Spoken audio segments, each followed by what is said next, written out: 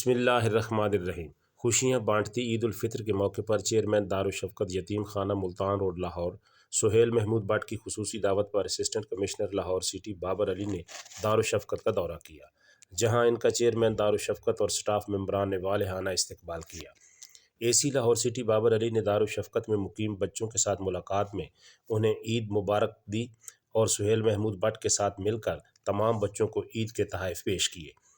Assistant commissioner کا کہنا تھا کہ دارالشفقت کے تمام بچے ہمارا قیمتی اثاثہ ہیں، ان بچوں کو چاہیے کہ وہ زیادہ سے زیادہ تعلیم حاصل کر کے اپنا اور ملک کا نام روشن کریں۔ انہوں نے دارالشفقت کے بچوں کی تعلیم و تربیت کے لیے ہر ممکن تعاون کا یقین دلایا۔